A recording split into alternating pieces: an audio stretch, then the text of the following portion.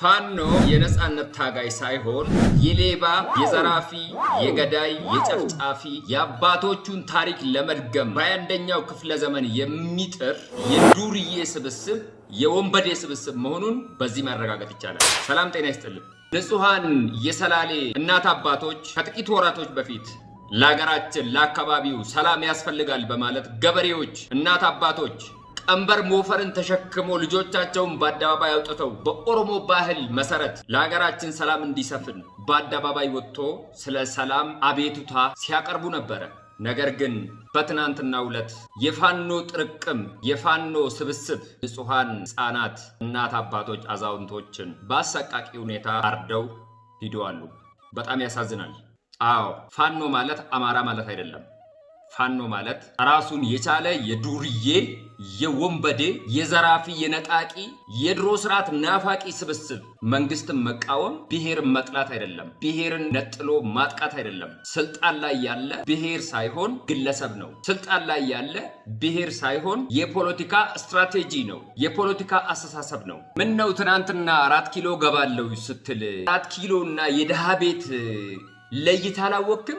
መንግስትንና ምስኪን ደሃ ገበሬ ለይተ ያላወቅ እርኩስ ድንቁር መሃይም እንዴት ነው መንግስትንና ህዝብን ለይተ ያላወቀው? የ4 ኪሎ መንገድ ሲጠፋ ጭራሽ የደሃ ቤትን እየገባ ደሃ ማረድ ጀመርክ? አይፋን ነው አንተ አሁን ይዘኸው እየመጣኸው ያለው የፖለቲካ ስትራቴጂ አባቶች ሲያደርጉት የነበረው አሁን ላይ በ21ኛው ክፍለ ዘመን ሀፕን ያደርጋል ብለህ የምታስብ ከሆነ አንተ የጠነባህ የገማ የቆሸሽ የወረድክ የዚህ ምድር የመጨረሻ የእንስሳ መሪ ነህ ማለት ነው። ለህዝባችን በግፍ በጭካኔ ለታረዱት እህት ወንድሞቻችን ፈጣሪ ነፍሳቸውን ይማር እያልን መንግስት ሆይ ህዝቡ በሰላም መኖርን ነው የሚፈልገው። እነኚህ የዱርዬ የወንበዴ ጥርቅምን ስርዓት አስይዝልን። መንግስትን መቃወም ይቻላል። መንግስትን በፖለቲካ አመራር ዲፌንድ ማድረግ ከተቻለ በሰላም ካልተቻለ በጦርነት ዲፌንድ ማድረግ ወይ ደግሞ መከላከል ይቻላል። ህዝብንና መንግስትን እንዴት ነው አንድ ላይ ያይዘ ደሃ ገበሬ ስለ ፖለቲካ የማያውቀውን የምታርደው?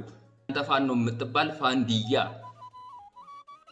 ኦቦሌዋን ኬኛ ወሪ ሰላሌ ወሪ ጎቶታ ኢግኒ ኬሰ ለፈት በደነፉ ጉማ ኦሮሞን አካ ኦሮሞቲ ረኮ ኬሰ ወጎታ ተማ ኦሊፍ ጀቹን ኢtti fufiinsaan guyyara raawwataa jiru kana hawaasni oromoo isin cinaa dhaabbate qaamni mootummaa federaalaa ta'e mootummaan naannoo xiyyeeffannootti kennee gadadoo fi ajjecha hawaasa keenya irratti raawwataa jiru kana nurra hadhaabuun jedhan akka kiyyatti nageenyi isiniif haa ta'u.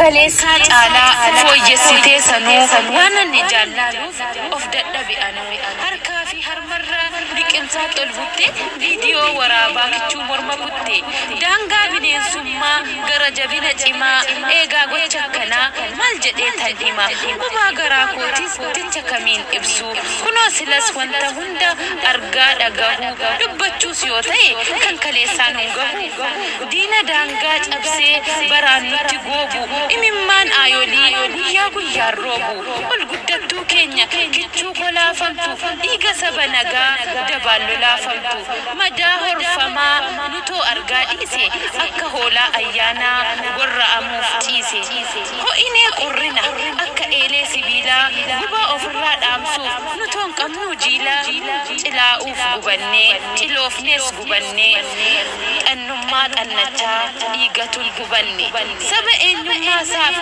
lubbuu du'aan dhabu gochatu furmaata dubbiin bu'aan qabu jedhaa jiraachuun silaa nuyiif qooda rabbumtaa dubbatu an ofiinan ooda. Justice for Salaale.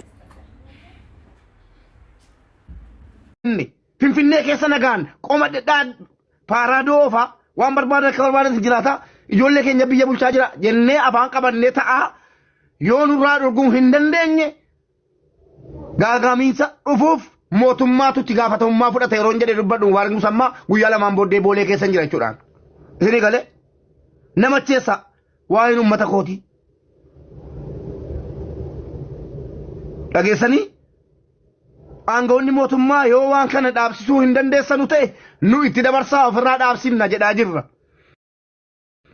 Ijoollee keenya harkatti maqaan balleessinu nuti hammataadha. Ijoollee keenyatu biyya bulchaa jira jennee callisuun inumayyuu uummata tuulamaatti seenanii uummata tuulamaa ajjeesuun uummata tuulamaa buqqisuun madaa kaleessaa ooqanii nutti kaasuu ta'aa jira jechuudha. Faannoon diina mootummaati, diina Itoophiyaati, diina uummata Oromooti keessattuu immoo Oromoof Islaama irratti xiyyeeffatee ijaarame kan dhufedha faannoon. Wallaallee miti nu. Mootummichi iyyuu ofirratti niisu jennee calluma jenne malee. Sini galee